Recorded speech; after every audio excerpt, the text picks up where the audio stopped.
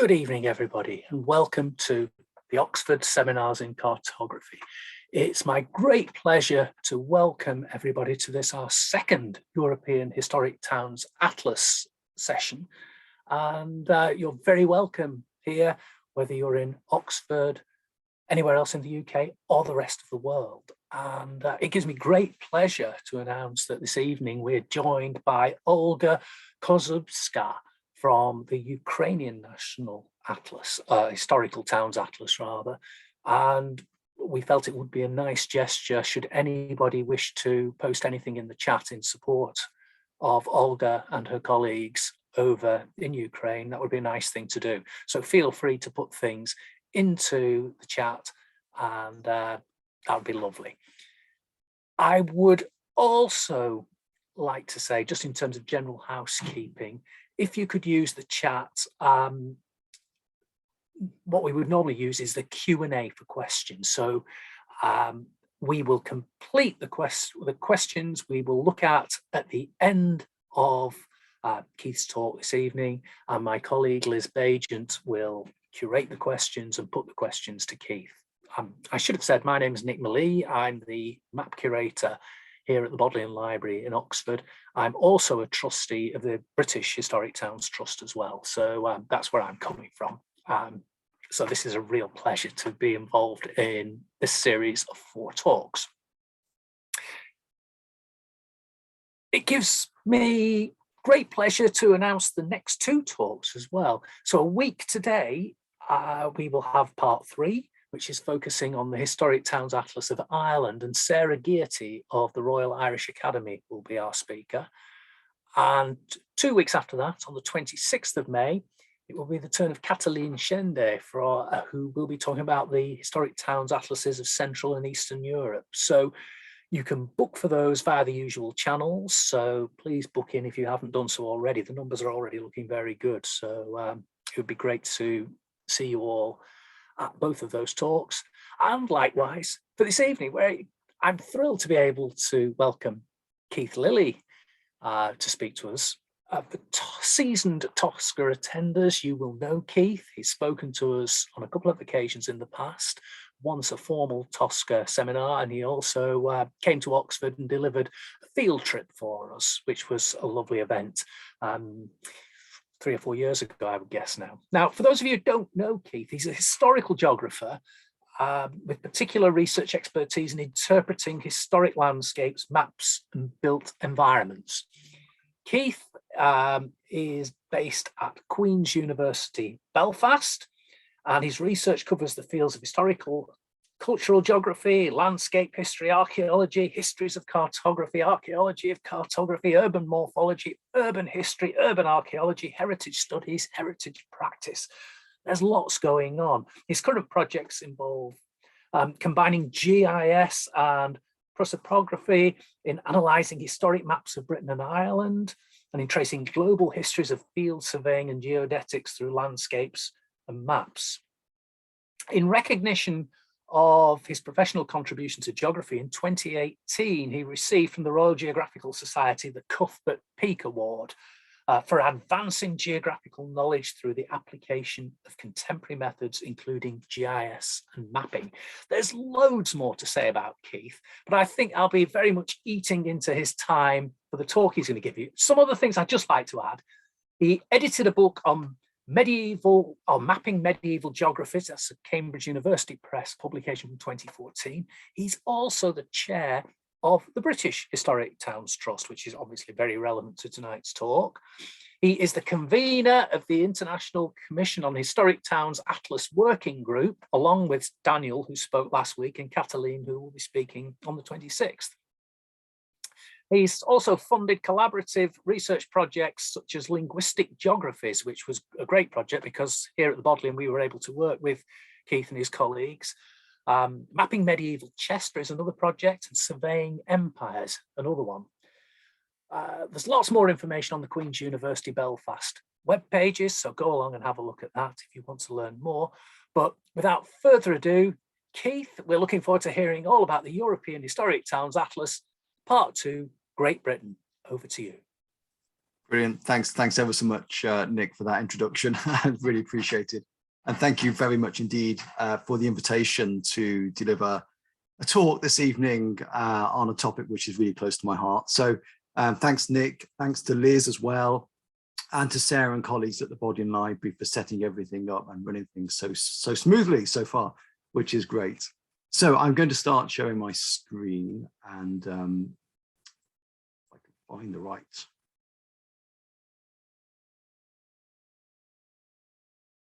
Okay, so hopefully everybody can now see the screen, the slides. Yes? Yes, Keith. Thanks, Nick. Always reassuring. Okay, so delighted to be here, and also to be following an excellent talk, if you were here last week, with Daniel Stracker, speaking not just about the German Historic Towns Atlases, there's a whole series of those, as you saw last week, but more broadly, the European Historic Towns Atlas sort of program, really. And as Nick mentioned, Daniel, myself, and also Catalin form the kind of a small group conveners of the Atlas Working Group, which is this pan-European network and collective based around the International Commission for the History of Towns, which is the umbrella organization for the European Historic Towns Atlas series, which is what Daniel was talking about last week. So I'm following Daniel's footsteps, and I was trying to think of ways also connecting with what Daniel was talking about. And I'll be very interested in the discussion today. Maybe we can open up some of those comparisons between what he was talking about with the German Historic Towns Atlases and what I'll be talking about this evening, which is about the British Historic Towns Atlas. And then going forward as well, the Irish Historic Towns Atlas and the Central European Atlases.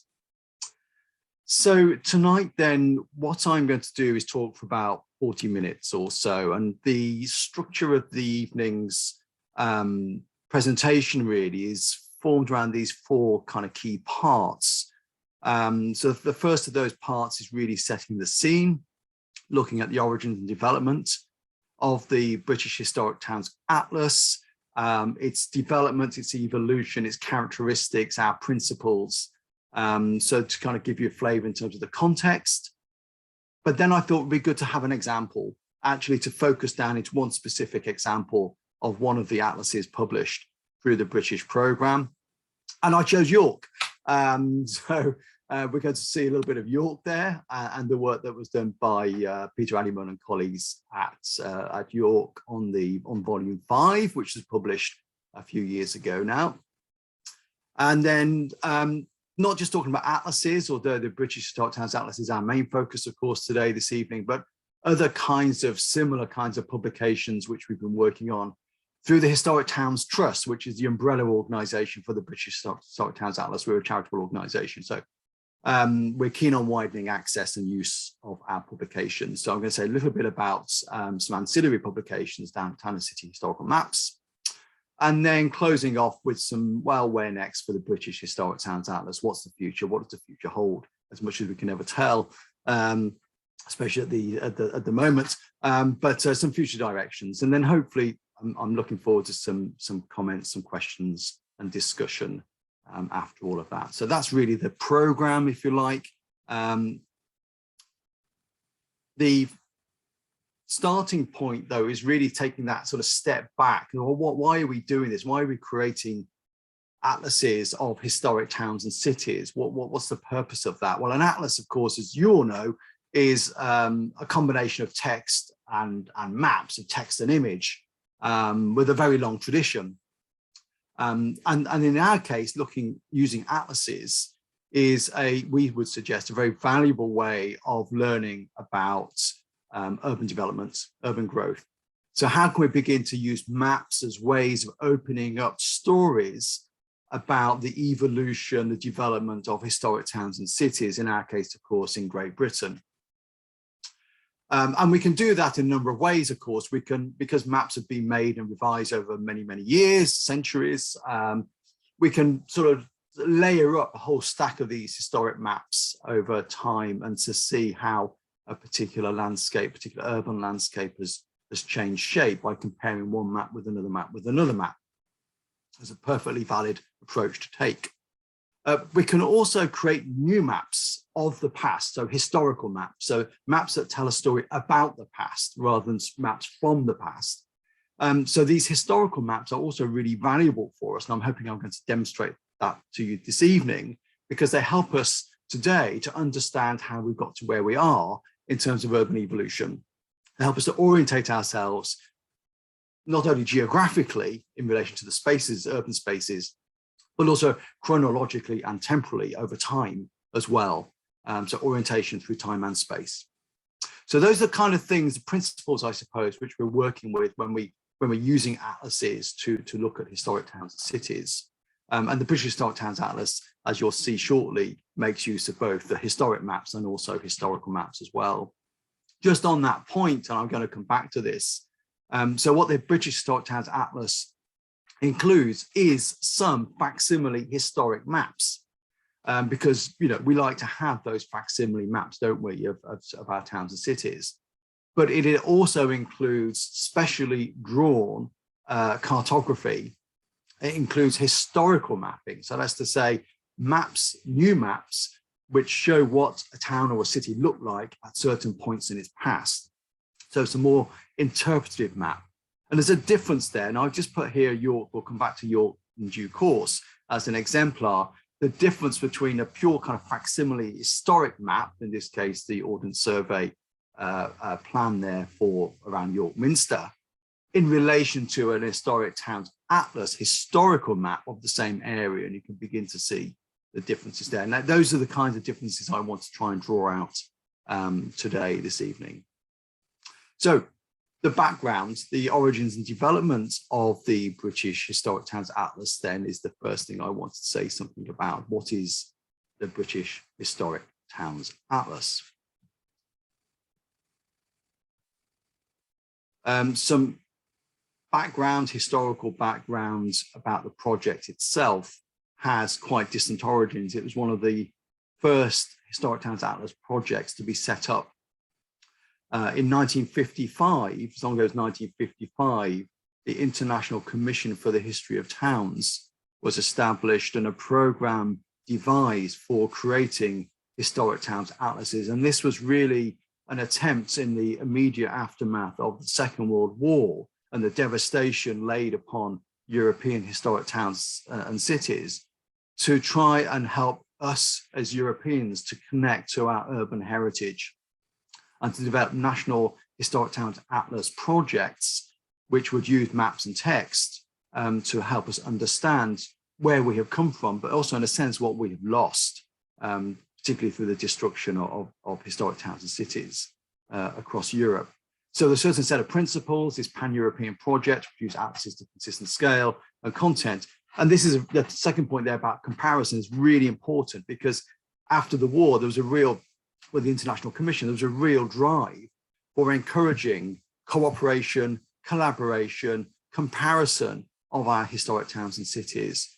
So to look beyond our own particular nations and national urban histories and archaeologies to those around Europe, to try and meld together a kind of European project. So that was the kind of aspiration, I suppose, and the historic towns, the British Historic Towns Atlas was one of the early starters in this. And the first Atlas Volume 1 was published in 1969. And on the inside cover, I actually have a copy of it here. This is volume, I don't know if that would be visible there. Volume 1, this fairly hefty thing. It is, there was on the inside cover, the map there, which you see, and all those different dots representing various towns and cities, which I imagine at the time were those that were particularly earmarked. They weren't all covered in volume 1, as you'll see. Move the clock forward to 2022, and we have the map as it is. So this is the delivery, if you like.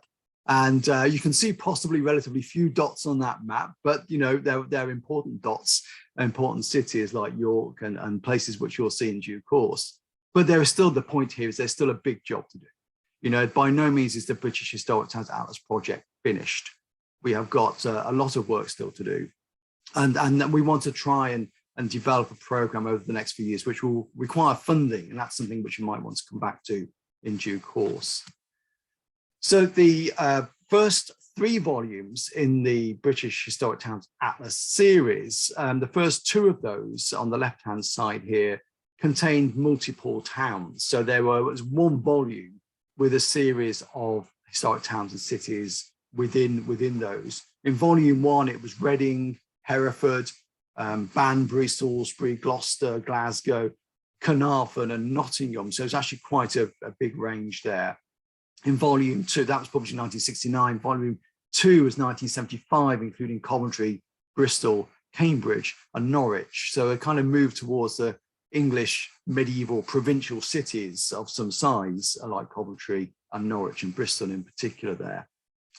And then the London volume was a bit of an outlier in that sense because it, obviously, as you can tell, focused on a particular place and a particular time period from prehistoric times to 1540.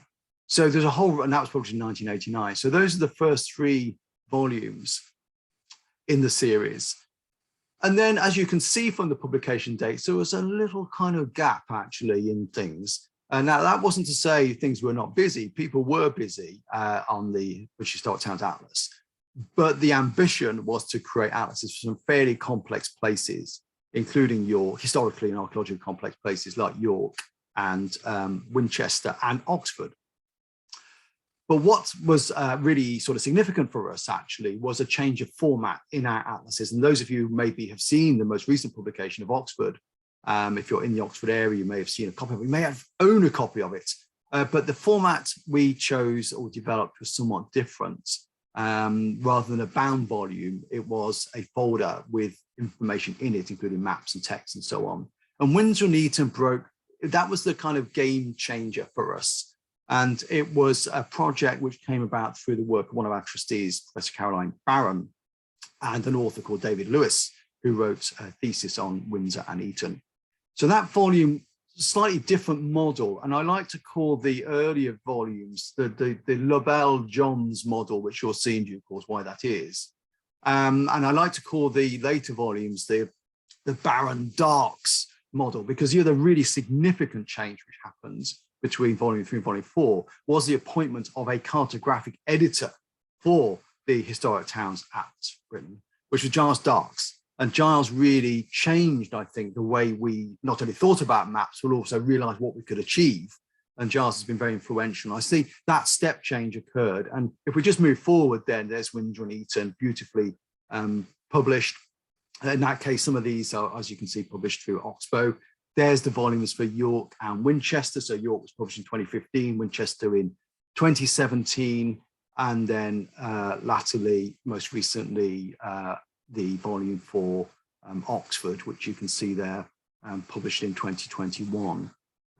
Now, I'm not going to end later on where we might go from here, but this period is really important for bringing things, there's quite a few outstanding projects, including these 3, especially York, Oxford and Winchester, which are quite complex places, always requiring funding, complex, ambitious projects. So we're now at a point where we've kind of basically achieved what we were hoping to try and achieve sort of a few years ago, a decade or so ago. So I think we're in a good position now.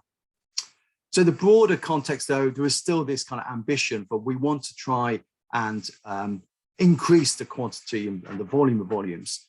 If you look at the historic towns atlases across Europe, and this was a map which Daniel Stracker showed last week from the work of Sarah Gearty, who you'll be seeing next week, you can see, and I'm a geographer, so you automatically think of distribution patterns here, the dots on the map, what places are represented, what places are off the map, where are the gaps on the map, if you like, and you can see some pretty big gaps actually for Europe, with some whole countries without atlas programs. But then equally, there are countries, and you saw one last week in relation to Germany, and you'll see one next week in relation to Ireland, which have been very industrious. So, and this is kind of the broader picture, the broader landscape. This is the kind of way we want to try and pitch the British Historic Towns Atlas as part of this family of European Historic Towns Atlases.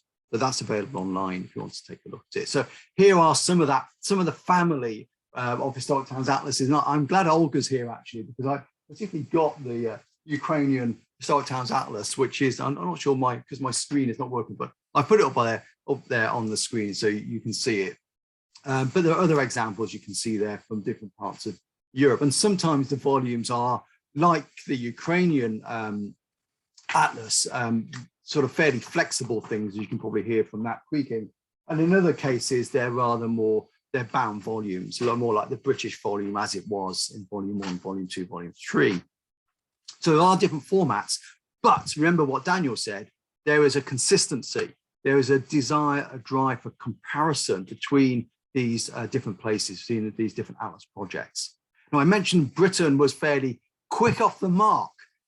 So we were in there right at the start. As you can see, this came from an article by Angret Sims from the Irish Historic Towns Atlas, where she looked across the different atlas projects and looked at their publication dates. This is going back to 2013. You see the numbers there when we had 13. But you can see, obviously, 1969 there is the date where we began our work.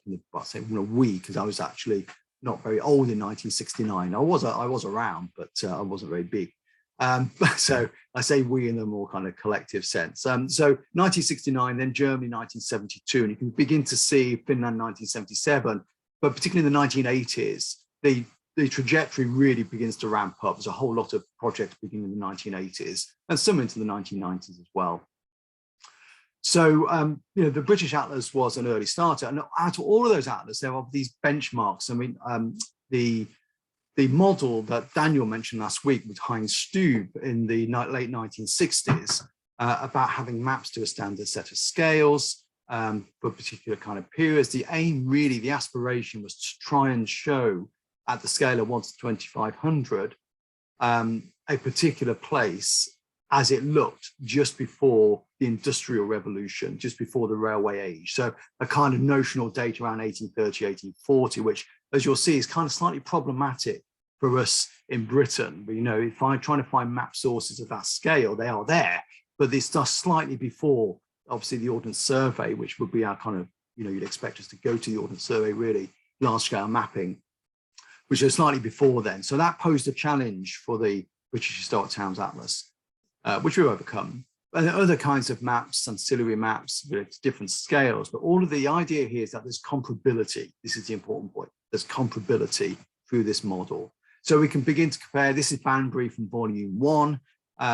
This is from 1969, if you remember, so volume 1, 1969, showing the town as it was in and around 1830. And the volume 1 maps have the heraldic devices or coats of arms relating to those towns in the volume. It's something that was done in volume 1, but not subsequently in the other volumes. So there's Banbury, a small town, small market town. The idea here is we can compare somewhere like Banbury with somewhere like Ennis, another small market town in Ireland. Okay, superficially, the maps look slightly different in terms of the colours and so on, but they are at the same scale. They have the same kinds of features marked on them. So there is an attempt there to enable us to undertake these comparisons. So the British Historic Towns Atlas, we have a whole raft of towns, as I've mentioned, towns and cities. But as you can see, the geographical coverage is rather Anglo-centric, and there is a kind of gravitational pull really to the southeast of England, and some work to be done in Wales and Scotland and the north of England, especially northwest and the northeast of England, and also indeed the southwest of England as well, if we look down towards Devon and Cornwall. But that's where we are at the moment. What can we begin to do with these atlases already is actually think about this comparative approach. So looking at different places and using the maps as tools really to help us understand what makes one place different or distinctive, comparable to another. What makes Bristol different to Cambridge or whatever. It's not just about size, it's about morphology, it's about the shape, the layout of these towns, which is represented on the topographic mapping, and also in an informative text that goes with those maps. So we can begin to understand the chronology and the geography of those places. And a typological approach like the one I've devised here, this is just something I've kind of made up really, but looking at those atlases and thinking typologically, if we're going to try and pigeonhole the towns, sometimes the towns fit in more than one pigeonhole, but we'll have a whole group of towns in our series on Anglo-Saxon burghs. So, why not begin to look at Bristol, Hereford, etc., as Anglo-Saxon burghs using the atlases, or cathedral cities, or monastic towns, and so on and so forth. So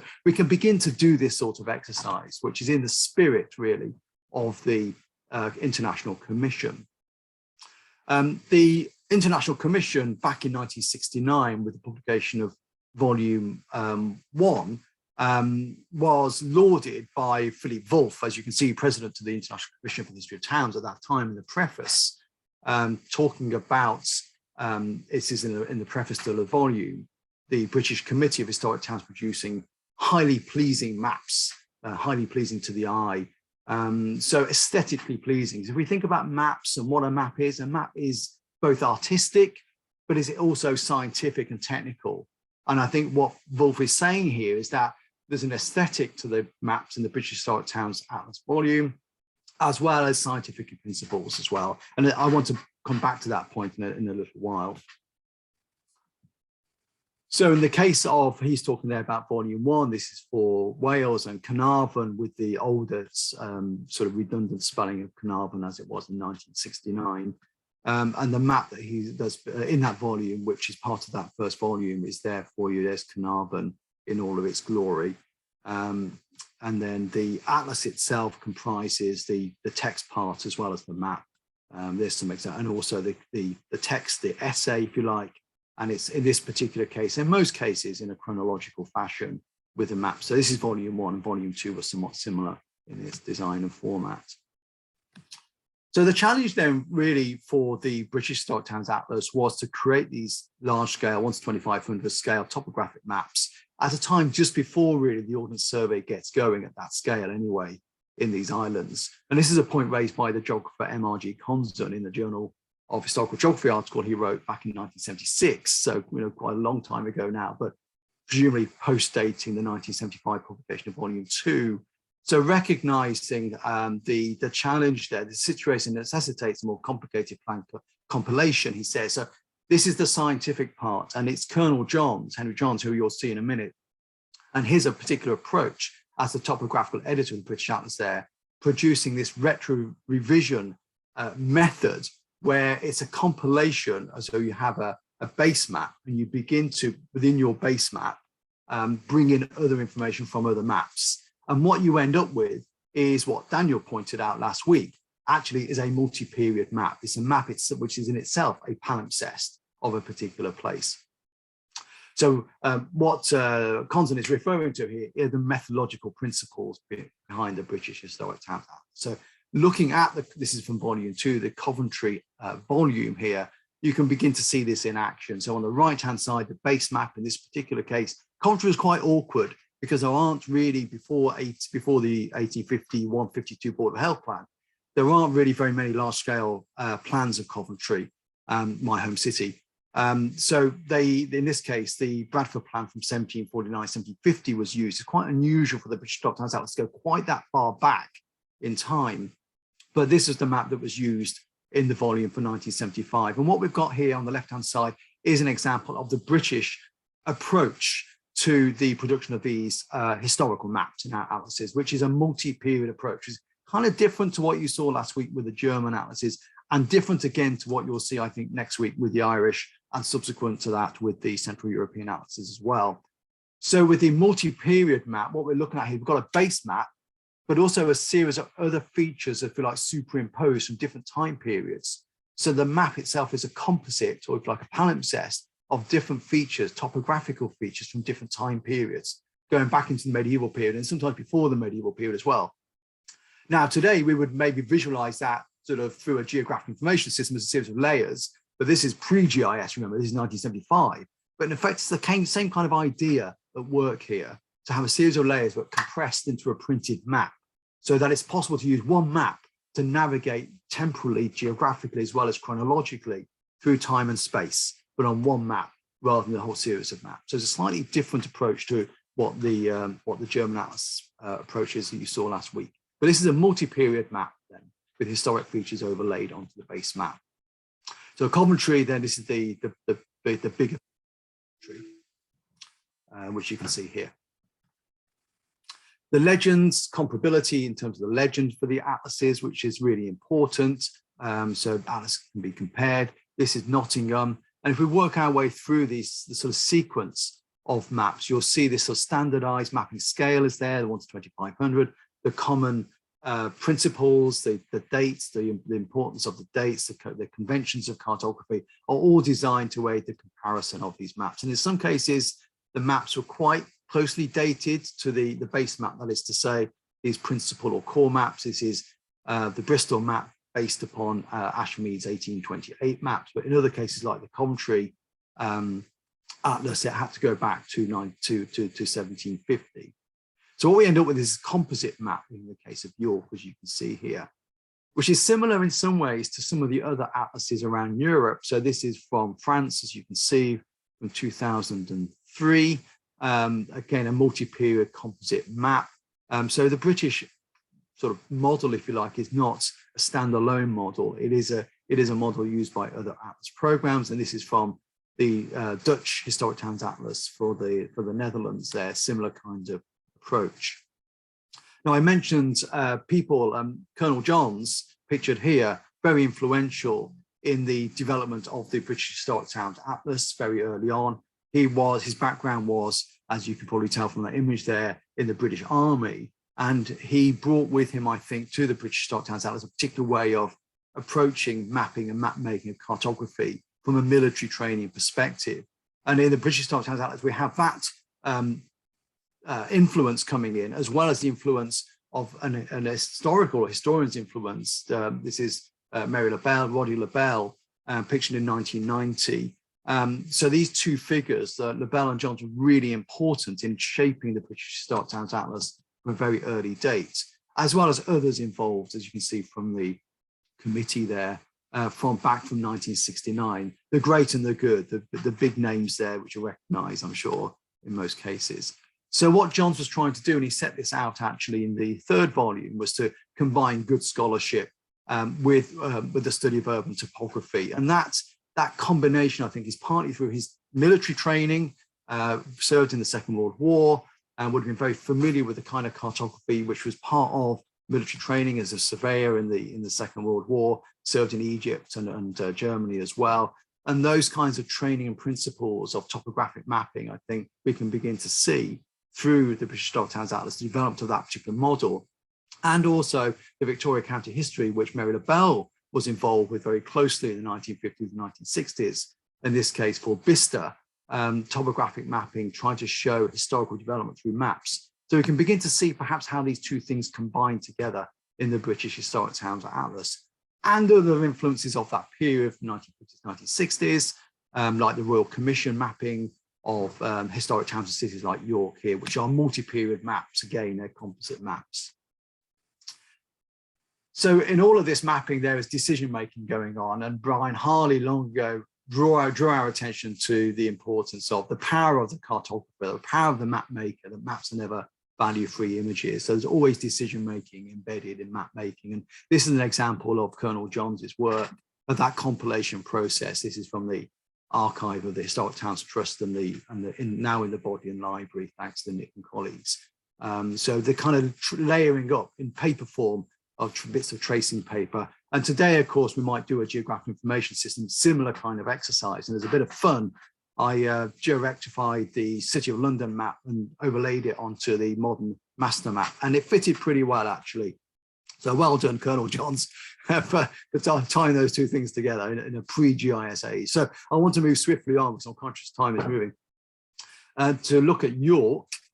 And I'm going to just talk you through this really so you can get a sense of what a volume looks like. If you haven't seen one, this is the volume edited by Peter Addyman and colleagues, as you can see there, based in York. It was a project involving the York Archaeological Trust as well as the Historic Towns Trust, and published in 2015. So there's our symbology, there's the conventions, again, fairly standardized with one or two tweaks here and there, depending on the locality. This is the multi-period composite map, which you now have seen before, the kind of base mapping historical mapping we're looking at. And in our atlases now, there is quite, deliberately, this is from Giles Darks's note on cartography. So there's an explanation of how the maps are made. So in the case of York, the 1 to 10, 1 to 10, 5, 6, the 5-foot scale plans, which were used there for the for the York volume, originally published in 1952. But this is the 1852 5-foot plan for York. So what Giles was doing is selectively taking parts of these plans, along with those obviously contributors from York, and working with those colleagues in York of compiling. So the method that John sets out is pretty much still embedded. So there's the Minster. So you can begin to see how, if we just compare the OS base with the historical map that Giles has produced with colleagues at York, you can see the differences there, how it picks out certain features, particularly lost features, St. Mary's Abbey in this particular case, which are there on the Ordnance Survey, but drawn out much more through the symbology. And so the York volume then, this is the part of the York volume map, is that multi-period composite map of different features in different time periods. But there are also other kinds of maps, the historic maps, remember the sort of sequence of maps that were important in the context of York, and also new maps for different time periods. So trying to recreate what the place looked like at particular time periods. So here's a couple of examples of facsimile maps in the York volume. Just zoom in there on the Smith map, which you can see there, 1822. And then the historical maps, these interpretative maps, which are again standardized. So they're based on our base mapping, but also at a slightly reproduced at a smaller scale to show changes, topographical changes. So this is York 1500, and then going back in time, but York around the time of the Norman Conquest and so on. So this is a helpful way for us to visualize the changing urban landscape through mapping, and we can put all those together, that sequence. I find these really valuable. This is from York and Winchester, the sequence of these maps put together for the different time periods, which show in a kind of nutshell how the topography, I think it's a really important word in the British context. I think we tend to talk, I think, with the British Historical Atlas more about urban topography than what we heard last week, which was urban morphology. Morphology is the study of shape or form, whereas topography, I think maybe in the British tradition, is more about a description of place, albeit obviously here in a kind of visual medium rather than a textual medium.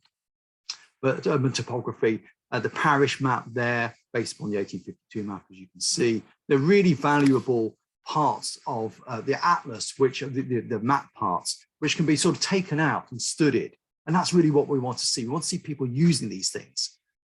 But if anybody's bought one of these things, they might realize actually you need reasonably deep pockets, about £70 for one of these volumes, because they're expensive to produce. We can talk about that. I look at the volume one, actually, out of interest. If anybody is here who remembers the 1960s, 1969, volume one cost £10 and 10 shillings in old money. So I don't know what, let's say, people would be earning at that time, but £10 and 10 shillings, I would imagine, in 1969 was a fair amount of dosh. Equally, £75 today, even with inflation as it is a fair amount of money. So in the Historic Towns Atlas, in the Historic Towns Trust, as a charity, we're keen to widen access and use of our maps and our atlases. And one way we can begin to do that is not only just produce the atlases, which are these big volumes, as you've seen, with lots of interesting information in them, but also produce spin-off publications or ancillary publications and a series of folding maps. So I want to say something about that in the next few minutes, and then we'll look to the future. So the folding maps, this is an initiative actually, which I think came about largely by Caroline Barron, is very influential in the development of the British Historical Towns Atlas actually. So not only did Caroline Giles kind of work on that sort of transformative model, moving away from the LaBelle-Johns model to the Barron-Darks model, but also thinking about making more use of the maps once they're made, not just to put them in atlases, but to have printed maps as well. These are folding maps. I should have brought one with me. Folding maps, I'm doing the folding thing, opening it up, printed by Dennis Maps, who produced the Ordnance Survey, Land Ranger maps and that sort of thing. So they're folding maps, they're very affordable. And this was an important thing for us in the British Historic Towns Atlas and the Historic Towns Trust, who are a charitable organisation. We want to make our maps publications available to a wider public for educational purposes. But also these maps are a way we can generate interest. So these maps, Oxford, which has now gone to its second edition, very popular, but they can be updated relatively easily, relatively quickly compared to an atlas. They also are the sort of thing you can put in a bookshop and sell for £10, which is what they sell for, £10 instead of £75. And, you know, so they're pretty affordable and they can increase access, but they're also useful for us to kind of test the market or work with a particular partner organization. In these cases here, we're working with partner organizations in the northeast of England, as well as in Wales, to develop one of these folding maps, generate a lot of local interest, we hope, and that has certainly been the case with Alnwick and Alnmouth, generate that interest, and then potentially from that springboard onto a bigger Atlas project. I'm very excited about both of these, Alnwick and Alnmouth, because it pushes us to the north, moving away our geographical distribution from the southeast of England.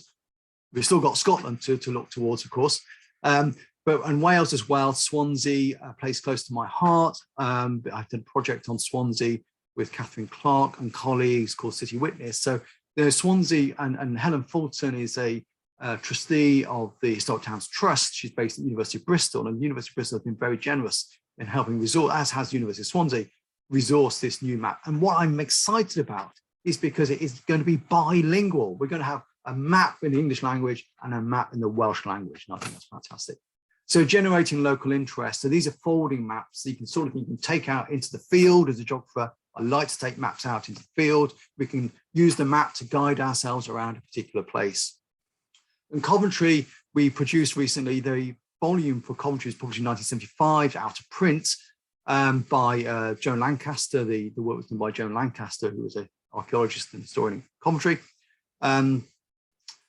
So we felt it was a useful time to maybe update the Coventry map, and we worked with organisations within Coventry, other charitable organisations, as part of the UK City of Culture, which Coventry is still actually published this new town and city historical map, we call these.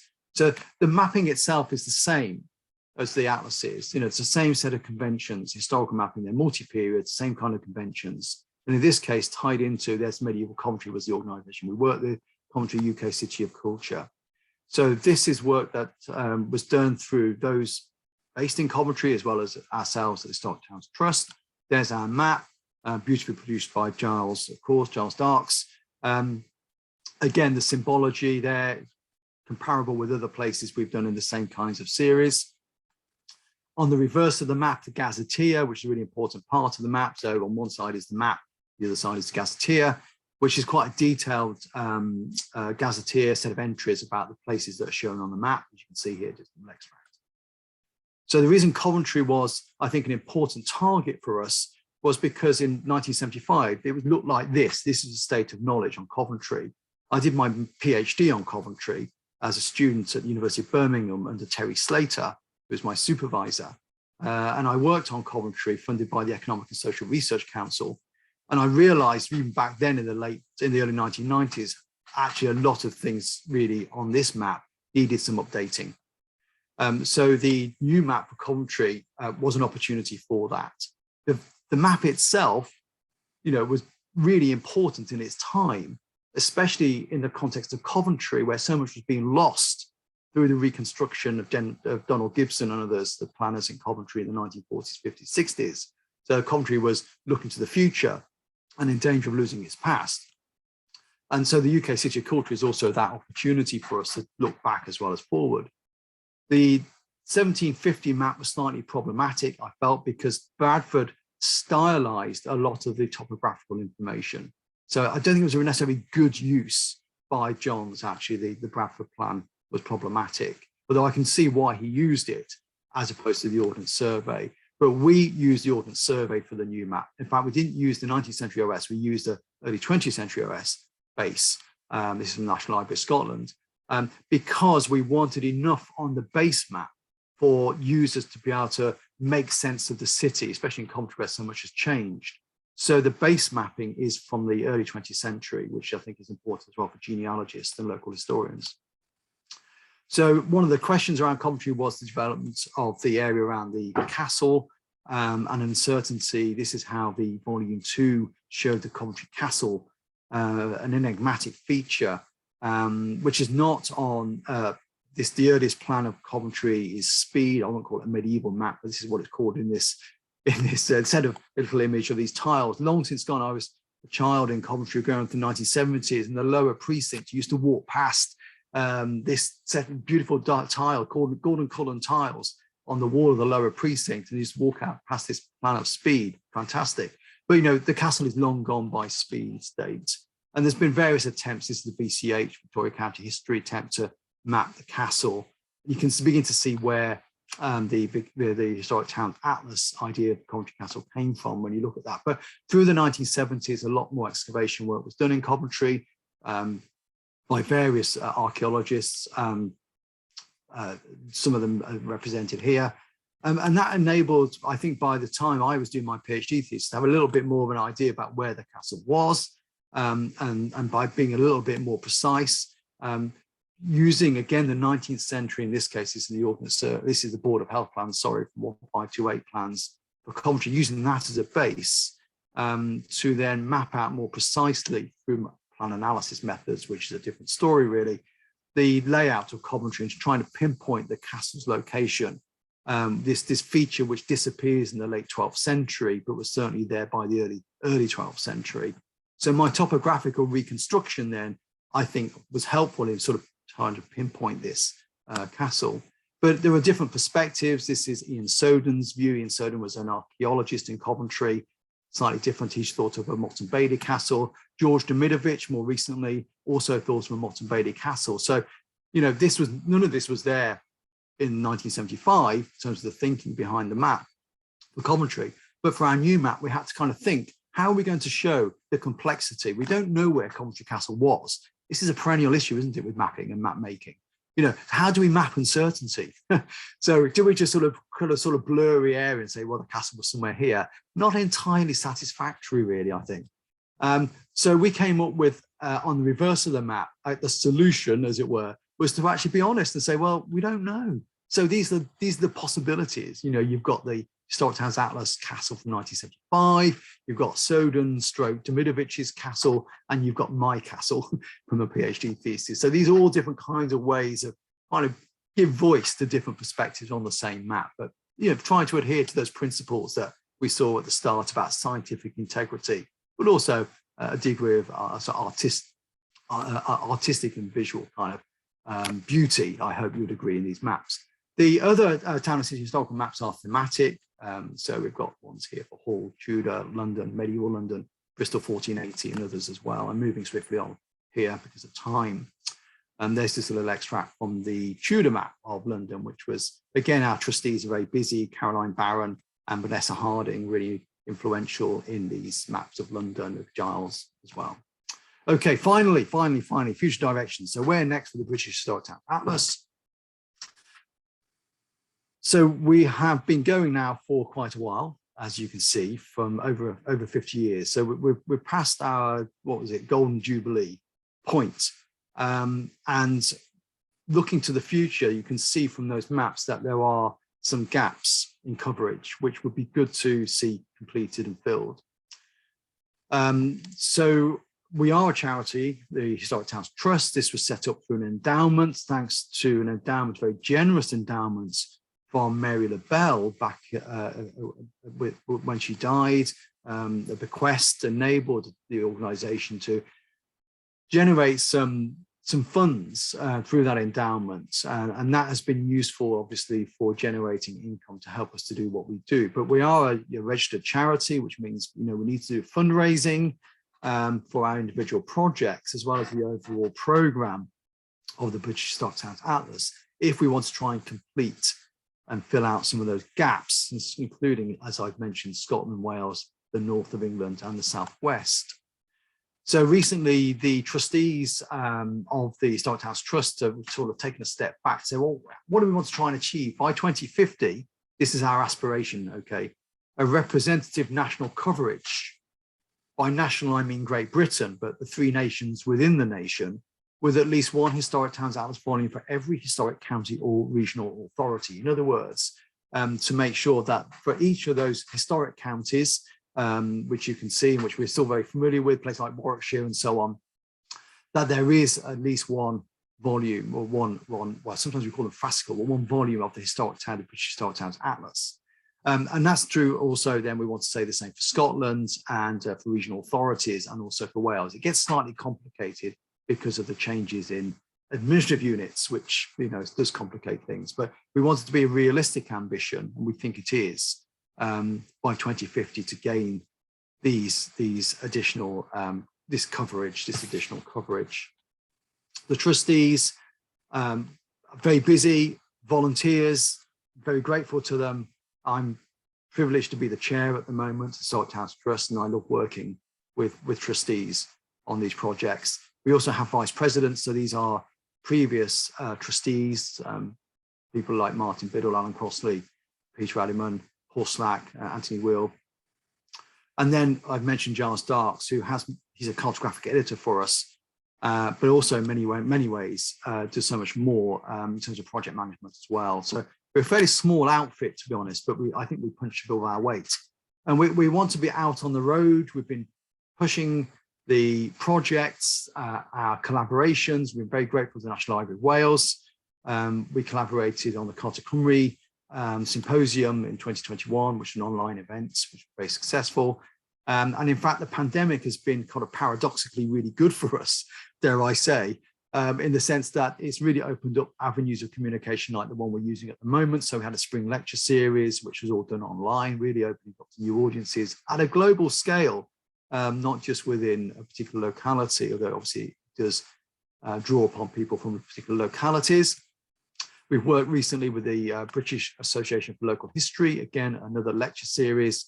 I'm very grateful to colleagues there for those. And also actually out in the field. So you can see this was taken very recently at the launch of the Coventry map, still masked up. There's Rowie Sweet, one of our trustees, and Giles Darks there selling our wares. I'm working with colleagues across Europe, but especially with the Irish Historic Towns Atlas collaborative seminar programs. The Irish Historic Towns Atlas run an annual seminar in Dublin, and we've been collaborating. I've been having a great time with colleagues there over the years. And in fact, a number of our trustees, and Giles is there in this particular image where we exchange goods, though this is pre-Brexit.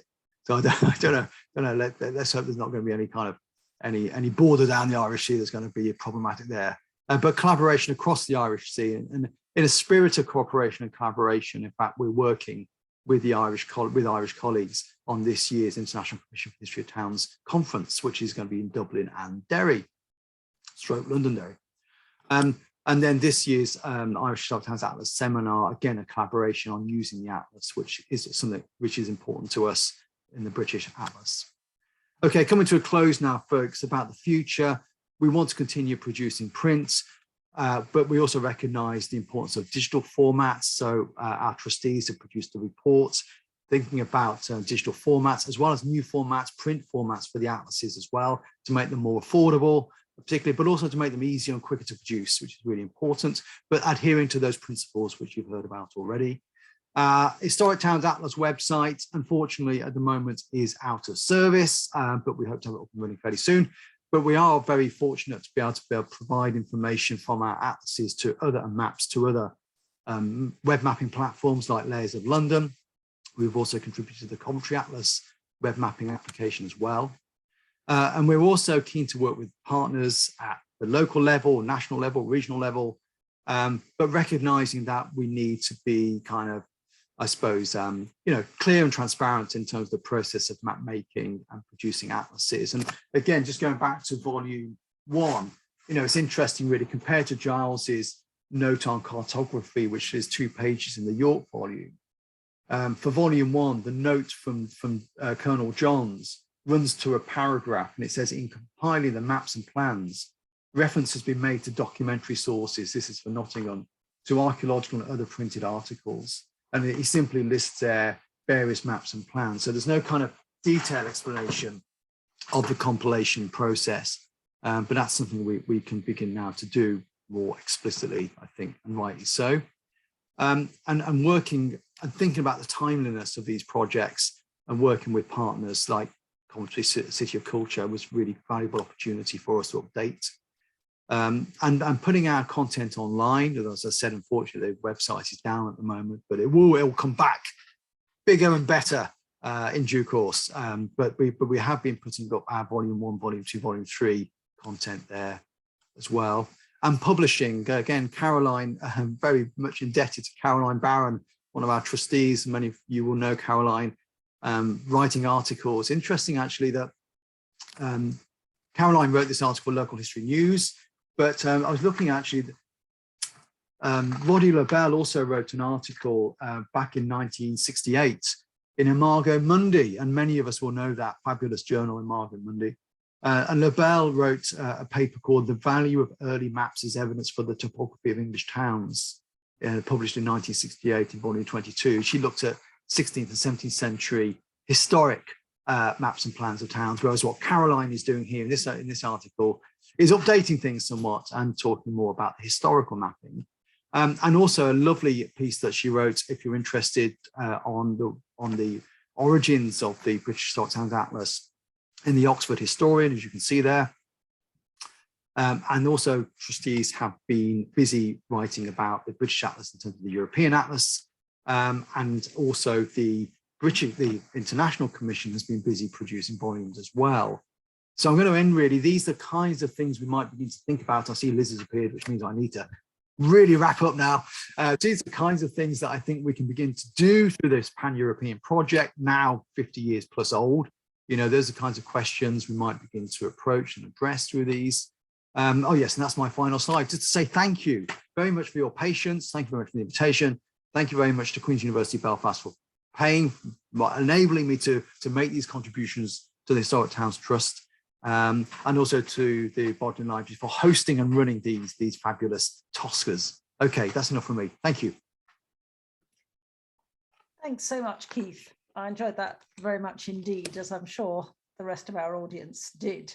So I'll leave you a moment to, I notice you've reached for your water bottle there, so we'll give you a moment just to refresh yourself. I think everybody would agree that it's particularly interesting to have a sort of cumulative view of the historic towns atlases.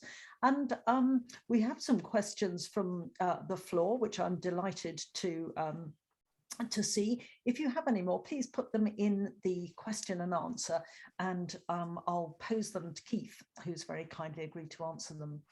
So our first question is from Caroline Kaiser, who says, since many of the volumes were pre-GIS, is there any thought about going back to those towns and doing an updated edition? Thanks for the question, Caroline. Yes, I suppose in effect, that's really what we've been doing with revisiting Coventry in particular, although the GIS that's being used for Coventry is one which is an online or web GIS, which has been produced, this Coventry Atlas, it's called. If you just Google Coventry Atlas, it will come up. And our map is one of the layers there, light layers of London. So you know, that's one way we're beginning to kind of, I go back and look again. And Cambridge, which Liz has been very closely involved with, is another case in point where there's an effort being made to revisit Cambridge, which was published in 1975 in volume 2. But we think we have an historical map of Oxford. Wouldn't it be lovely to have an historical map, an updated map as well of Cambridge? So you're right. So we are very much minded to update where possible. I think what would be great to do at some point, and this is a lot of work actually, would be to create an online GIS. And I know colleagues in Europe, including Daniel Straka and Sarah Gearty, the Irish Historic Towns Atlas, and others as well, have been using geographic information systems to actually create the Atlas content. So that's something which is really valuable, because it's a lot of work to do this, but the dividend is great, because it's possible then to publish digitally. And if you've seen some of the online geographic information systems that are available now, there's a really excellent one of Paris called Alpage, which is, you know, so rich in its content. Know Your Place in Bristol would be another one, really rich. So I think what would be great for the British Historic Towns Atlas would be to join that sort of development of these online GIS-based historic towns atlases going forward. But at the same time, once you put something online, you need to be obviously aware that that might have some impact on your markets if you're trying to sell these things. Though actually, I think what these things often do is increased the market. So people actually want print still, you know, so our maps and atlases sell. So I think you're right, Caroline. There is definitely scope for updating, but updating, whatever we update means we're cutting into doing new places, and it's always a balance between catching up with the old stuff, making sure that, you know, maybe we do some updating, but at the same time making sure we have our eye on the future for those places in the future. So I hope that's answered your question. Thank you for it. Thank you. Perhaps I could just come in after that. You mentioned other people doing historical GISs of different towns. Do you still see that there's a distinctive place for Historic Towns Atlas work in the face of other contributions? Yes, I think they're complementary. At the moment, say the Coventry Atlas and Layers of London, they are online GISs. You know, they have the functionality of a GIS, so the tools and so on.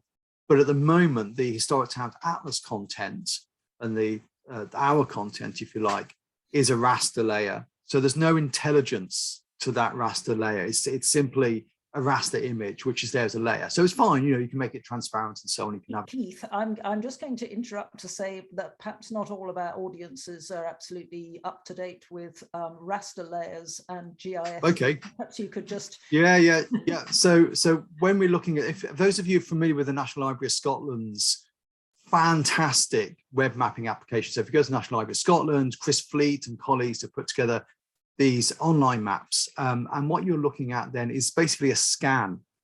So it's a digital scan of an historic map. And that in GIS speak is a raster. So it's simply a bunch of pixels. It's like an image, it's just an image.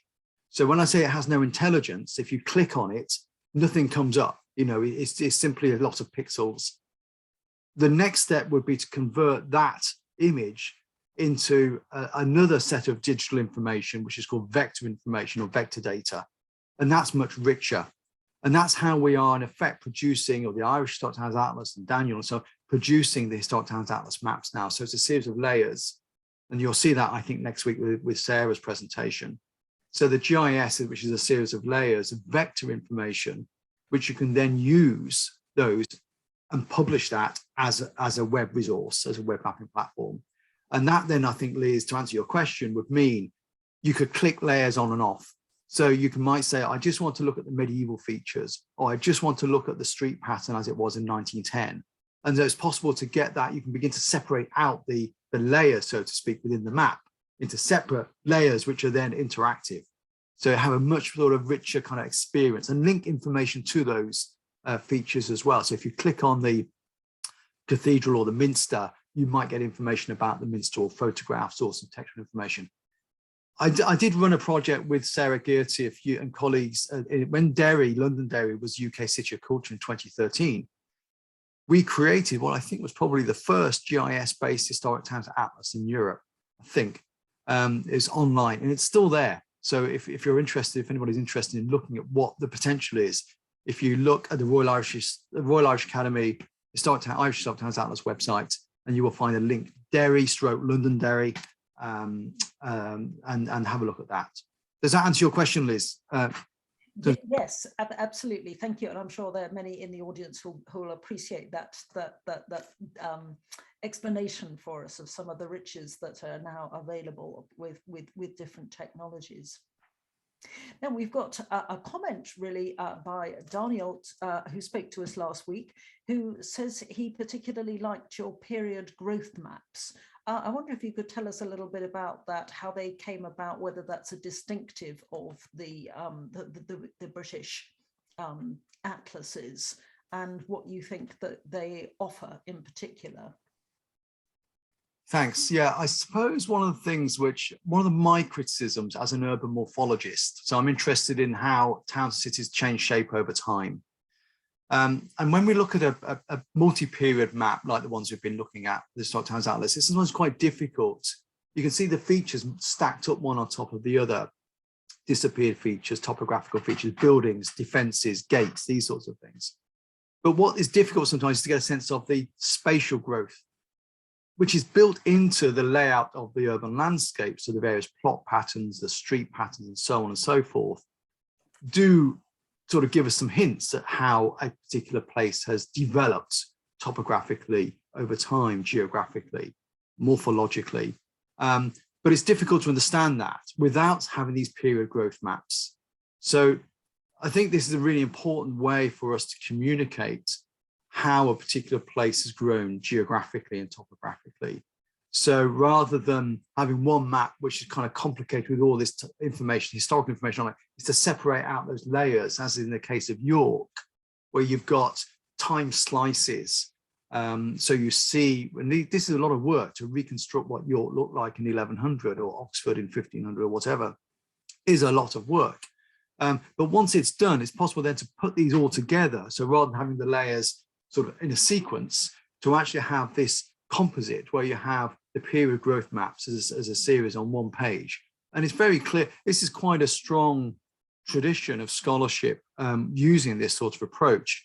I remember, if those of you, some of you might know Steve Bassett's work on, I think it was Saffron Walden, where he used this sort of approach over a much longer chronology, actually, from prehistory right the way through to the medieval period. And again, it's sort of little thumbnails of the town as it developed over that time period. Now, I'm not sure how peculiar we are in doing that in the British series. And so maybe Daniel, you could advise us, because you've got a really good handle on the other series, because Munster, I don't know if Daniel mentioned this last week, Munster is probably one of the only places in Europe where there's a collection of all of these atlases. And the thing about these atlases is they're not very portable. Okay, so that's another reason for doing digital atlases as well. You know, they're quite cumbersome things, and they're also sometimes quite difficult to get hold of, but Munster has them. And so I need to check, actually, this is the one for Buda, which you'll be hearing about from Katalin Sender, whether it has a, I'm just looking here, you know, whether it has a topographical development. Yes, it is there. It is there for the map, for the atlas of Buda, for Budapest. So it does seem to be something which is undertaken by other series. I don't think it's peculiar to us, but it is a really useful thing. Thank you. Now we've had a question from the floor from Roger, who asks whether there are plans afoot to map Bath, and Nick has kindly answered that by saying, yes, watch this space. There are developments brewing in Bath, so that's very good news. Bath is my home city, so I share Roger's enthusiasm for that. But I wonder if you could just tell us a little bit more about the selection of new projects in general, how they're chosen, what are the kind of criteria, and sort of local collaborations, how that affects things. Thanks, Liz. Yes, and Bath it'd be fantastic to have a map of Bath, and it's looking very promising as a project, and equally other parts of Great Britain where, you know, it would be really fantastic to get, you know, an historical map of Perth in Scotland, for example, and that's another project which we're talking to local partners on. So in answer to your question, Liz, it really comes at two directions. There's a direction where we might get some interest from a local charitable organization, historical society and archaeological society in a particular place. They've seen the kind of maps that we produce and would say, well, you know, maybe it'd be great to have something similar for place X or place Y, where they have that kind of connection. And that's important, that kind of grassroots bottom-up approach to deciding where to focus. But equally, I think we as the Historic Towns Trust need to have a strategic sense of direction. It can't be all just sort of ad hocery. We need to understand there are these geographical gaps. There are also typological gaps. We don't have any resort towns at the moment, for example. We're a bit thin on industrial towns or model towns or garden cities, etc. We tend to be pretty good on English cathedral cities with Roman origins, you know, so which are actually really complicated, which is why they take so long. So I think, you know, it's having a typological approach to this as well as a geographical and chronological approach to think, where are those gaps, and be targeted about that. So we have a model which works, and to think, okay, well, we need more atlases and maps in Scotland. How do we go about doing that? You know, maybe we can work with colleagues in Scotland. We have a Scottish trustee, John Moore, who is being really proactive in Scotland for us and talking and drumming up interest and so on and so forth, so that we can come at this from the kind of, as it were, the strategic end through the trust itself, but also from the grassroots end, and try and sort of marry those two things up so that we don't end up with lots of atlases in one location, very few elsewhere. But it really depends as well on resource. So if the money isn't there, if the money can't be found, if the partners don't have funding, if we can't find funding, then obviously the project is not really viable. So that is really fundamentally the crux of the matter, is the case for support. You know, we need to have the resource in place.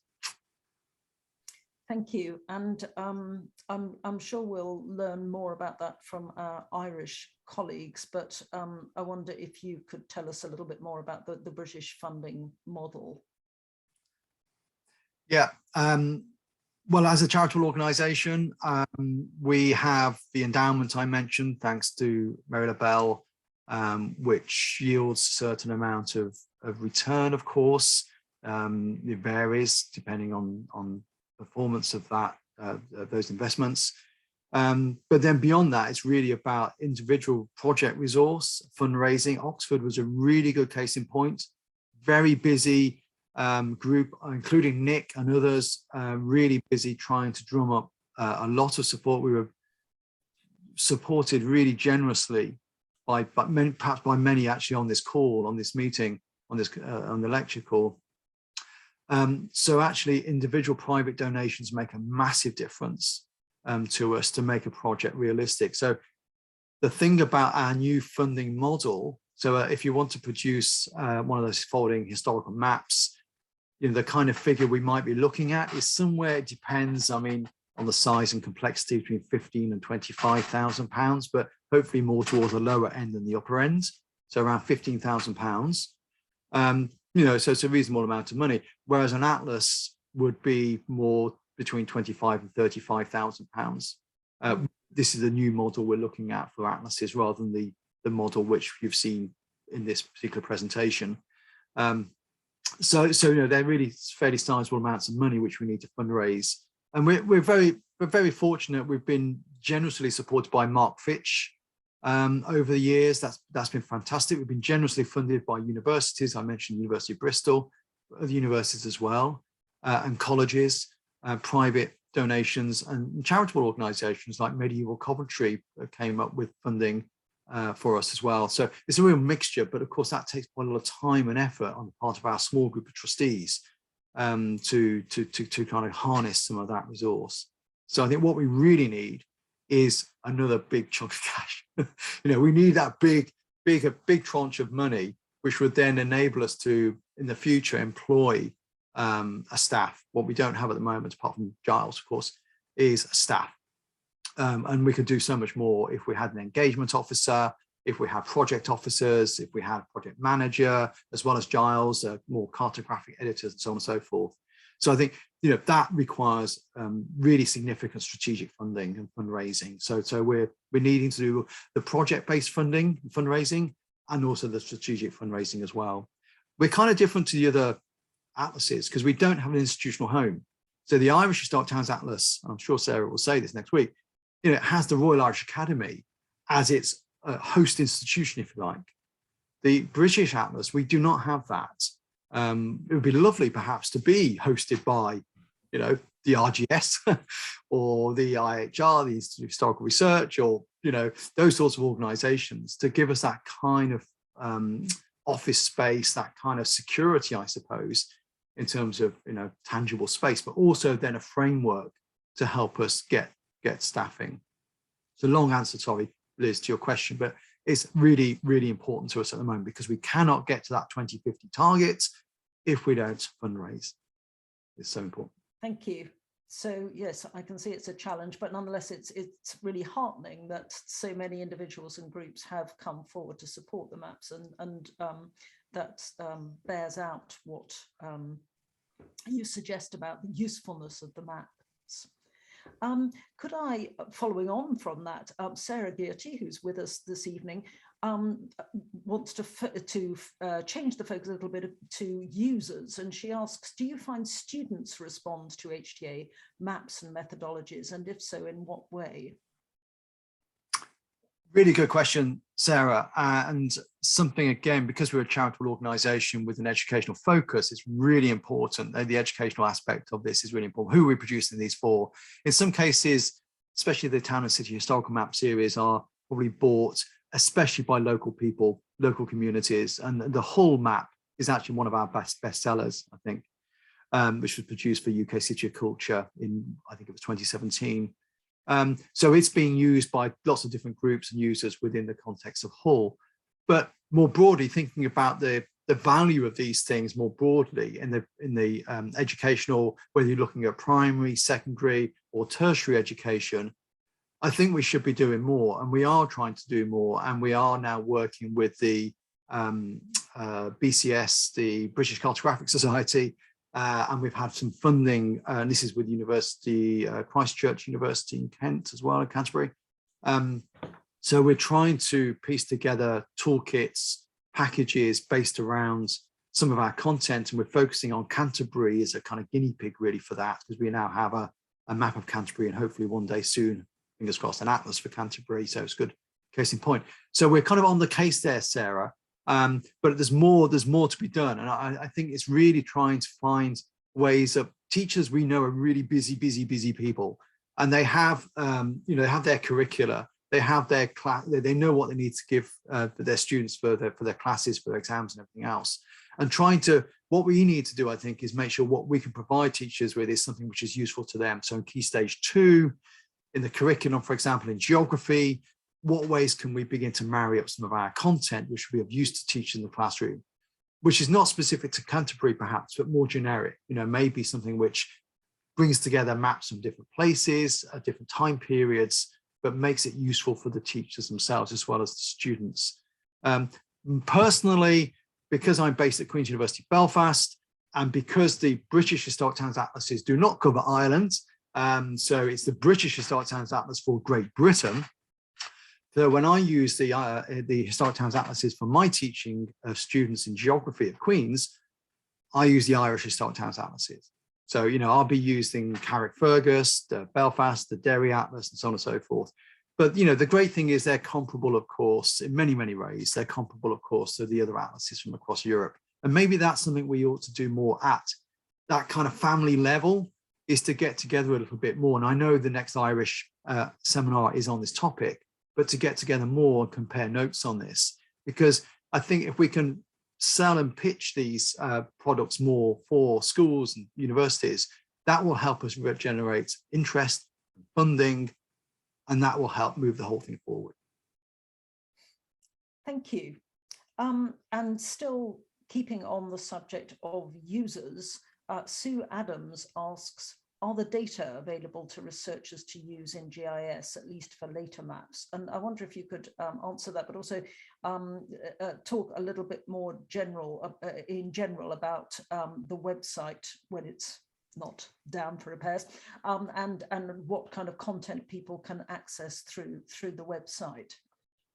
Thanks. Yeah. Okay. Yeah. That's a good question. I mean, I suppose the Historic Towns Trust website, when it existed, which hopefully will soon be resurrected, included PDFs of the maps and the text for the Volume 1, Volume 2, Volume 3. So what we don't have is digital content, apart from Layers of London and Coventry Atlas, in some cases, these rasters, as I've explained, as part of the layers. The next step for us would be to produce something like the Derry Atlas, which I mentioned, where the data, as you've mentioned there in that question, that the data are available. So in the case for the Derry Atlas, it's possible to click on a particular feature and to draw out behind the geographic information system, which is really a map interface, and behind it is a big database. And that database includes lots of information about, which is geographically located, of course. So in our database, it would be possible to put information. It might include images, it might include text, etc., etc. And those are the kind of data that maybe then would really enrich the user experience. But that does require a different kind of architecture for the website. So what we've got at the moment with the HTA is a kind of what I would call a flat website. So, you know, it has information on it, but it has limited functionality. To get that functionality would require something like a web GIS, a distributed GIS, to be built into it. And you know, that in itself would be quite a bit of work, but, you know, would be really, really good to do, actually, because we have the data are in the atlases. So it would be a matter of sort of unpicking, if you like, some of that content, especially the gazetteer content, and using that in the attribute information. And again, the Irish Historic Towns Atlas, which Sarah will talk about next week, I'm sure, has very detailed topographical information, which they are using as part of their GIS-based Historic Towns Atlases. So the model is there. It's a matter of just, you know, getting the resource in place and the time and effort. Just getting it. Yeah. Giles puts a comment in who says, Giles Darks, this is the cartographer to the British Atlas, saying that the project is pleased to make information available to bona fide researchers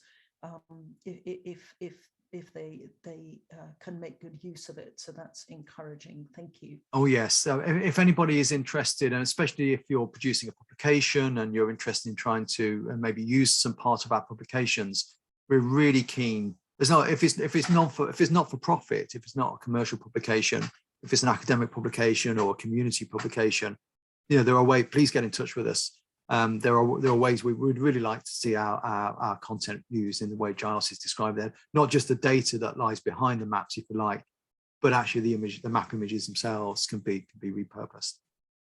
And Giles also says that the Trust is developing a toolkit for teachers at Key Stage 2 level in Bristol using the Bristol 1480 map. So there's obviously lots happening, lots of thought being given to how use of the maps can be increased, and that's very encouraging. Yeah. I've got another question now from Anna Anisimova. I apologize if I've put the stress in the wrong place on your name, Anna. Anna wonders about extensive urban survey project, which also includes maps. These maps are made differently in different countries, but encompass many small towns. Anna asks, I wonder what you think of that project. Very, very important point, Anna, actually. Yes, something which I didn't really mention was the very kind of complicated landscape. We're only one part of that bigger landscape of using maps to help interpret urban landscapes from different time periods. So the extensive urban surveys, at least the ones I'm familiar with in the English context, but there's also the borough surveys in Scotland as well, and similar kinds of publications probably for the whole of Great Britain, really, which have been produced over the years. So these extensive urban surveys provide us, I think, with in many cases, really valuable resource. I think looking at Berwick upon Tweed, which is one of our places we have in our sites, again, thanks to John Moore, who, because Berwick, as you'll all be aware, is sort of straddling England and Scotland. But so Berwick upon Tweed is really important as a historic town. But, you know, has an extensive urban survey, so it has a lot of material. Perth is another. Perth has a really fantastic borough survey as well, done by archaeologists. So, you know, these are, you know, really important in themselves, but also provide a very important platform for us to build upon. So if we wanted to create an historical map of Berwick or an atlas of Perth in Scotland, then the extensive urban surveys have within them a lot of really rich content, which could be reworked. So we're not duplicating in any sense those publications. In most cases, they're freely available as PDFs online, actually, these things these days, through the Archaeology Data Service at University of York, so that you can access these things. But the Historic Towns Atlas is a different beast. You know, we're about comparability, about the European dimension, about having standards, cartographic conventions and standards, the sort of scales and all those things I've talked about, and widening access and so forth. So I think we can use the extensive urban surveys where they exist as a really good foundation on which to build, not duplicating effort, not replicating it, but building upon it. And that, again, might be useful direction for us to think about, well, where are those places which have those kind of extensive urban surveys and similar kinds of projects like the borough surveys in Scotland, which could be useful. Thank you. I wonder if I could pick up something you mentioned about the distinctive British experience of the Industrial Revolution, so early and dramatic, and the effect, the challenge that poses for creating historic towns atlases. Obviously, the Industrial Revolution in some places occurred, sort of produced towns on greenfield sites, but in other places sort of radically changed existing towns. And I wonder how you can, how the Atlas project copes with changes of that magnitude. Thanks, Liz. It's been talked about at the European level. So we have our Atlas working group with Daniel and colleagues and so on from across Europe. If we went back 30, 40 years, I think the ambition of Stube and people like him at that time was to try and recreate, have an atlas which recreates town cartographically in just before on the eve of the Industrial Revolution. So the pre-industrial town, if you like. And we can maybe debate why that was, whether there was sort of romanticism, nostalgia about that kind of pre-industrial age before the 1830s, 1840s, before the railways. What's happening now is a greater recognition at the European level is that we need to move the whole thing forward. So our base maps are by and large now, at least encompass with the British Historic Towns Atlas program, the 19th century into the early 20th century, because we recognize that the industrialization is a really important part of our urban history and heritage. And people are interested in this. They're not only interested in the medieval stuff, they're also interested in what the Victorians did to cities, how they were transformed by railways and so forth. So we need to move with the time. So we have chronologically moved forward our base mapping in order to be able to do that. But that then, as you say, Liz, raises a challenge then of how do we then, if we got a 1920 or an 1880 base map, incorporating our earlier features. And I think that's the really valuable thing about these multi-period maps, because in many cases, topographical continuity, even in the 19th century, those Ordnance Survey maps and plans show street patterns, plot patterns, which are in many cases hundreds, in some cases nearly 1,000 years old. So that continuity in the urban landscape right way through to the industrial age enables us, I think, to make that connection back to earlier times, even though we've got base mapping from the 19th or 20th centuries. Thank you. Well, it's good to end our seminar this evening with mention of exciting new projects for the future. Our time is ebbing away, so may I thank you very much indeed, Keith, on behalf of Nick, the Bodleian Library, and myself, and of course all our audience who've shown by their questions that they're very much engaged in the topic of historic towns atlases. It's been a splendid second in our series of 4 seminars exploring this project, and we very much look forward to hearing from our colleagues later this month. There'll be a slide just at the end reminding you of the dates for that. But it just remains for me to thank you very much. Thank you to all our audience for participating. Thank you particularly for our Ukrainian colleagues for joining us this evening. We wish you particularly well